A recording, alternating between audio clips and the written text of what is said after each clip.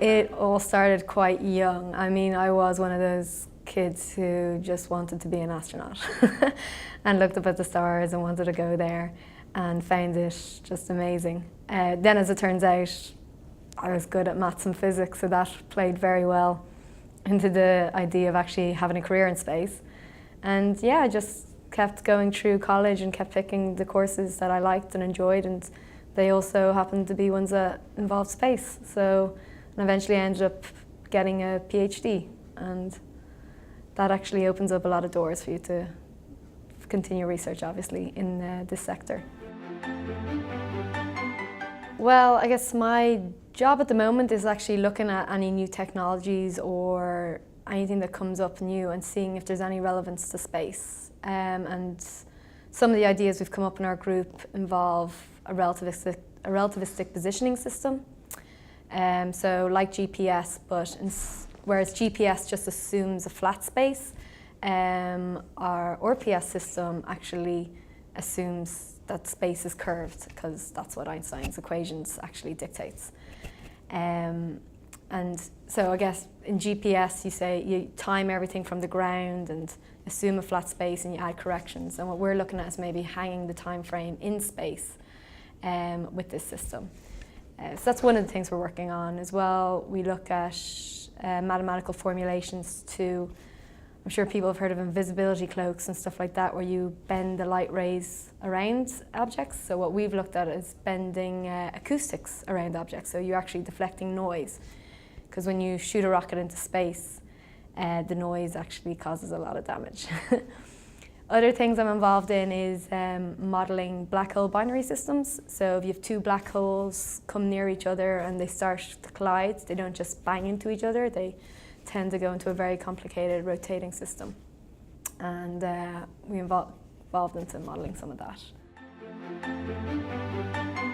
I mean, my group, okay, I think we're maybe 40% girls, maybe 30, which is quite high. I mean, I come from an applied maths or mathematical physics background, where I go to conferences and, you know, it's me and one other girl. You just get used to it. And I think the numbers are improving. But no, I don't actually think it's better here than it is in other fields. So, but no, there's no hardness against being a girl here, I don't find. Yeah, I would definitely recommend a career in science to girls and women who are thinking about it. I mean, like I said, I have friends who did undergraduate courses and ended up going into finance and accounting, and I know they regret it. They say it all the time when I meet up with them.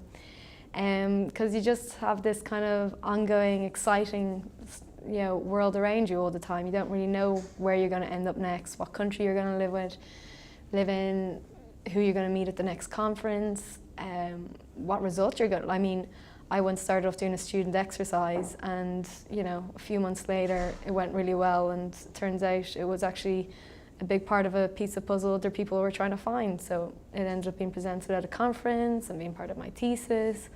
So you never know what's going to happen. So it's exciting. It's an exciting life, and you get to travel loads. So it's good.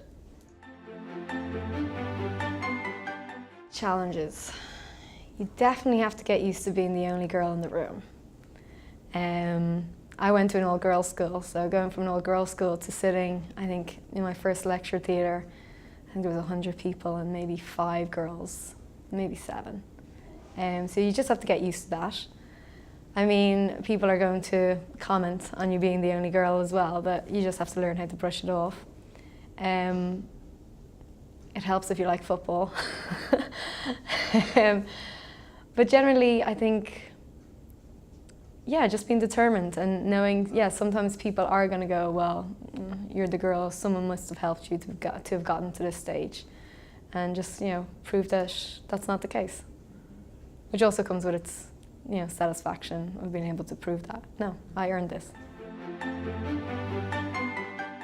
To me, if you want to be successful in research, you have to actually travel the world and go to all the places where all the experts are and meet up with everybody to discuss, because everyone's based around the world.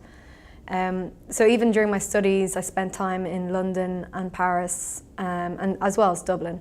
And I never expected to stay in Ireland if I wanted to do research. I knew I had to leave. So the way it was for me is like I applied for several postdocs, and then when you get back your answers, you're like, okay, this is the country I'm going to live in. As far as moving to the Netherlands, I mean, ESA makes it really easy for you. It's also a country that's pretty much bilingual, so everyone speaks English, which helps a lot. I really like traveling anyway and experiencing new cultures, so I mean, it doesn't bother me at all. I kind of like the adventure of it.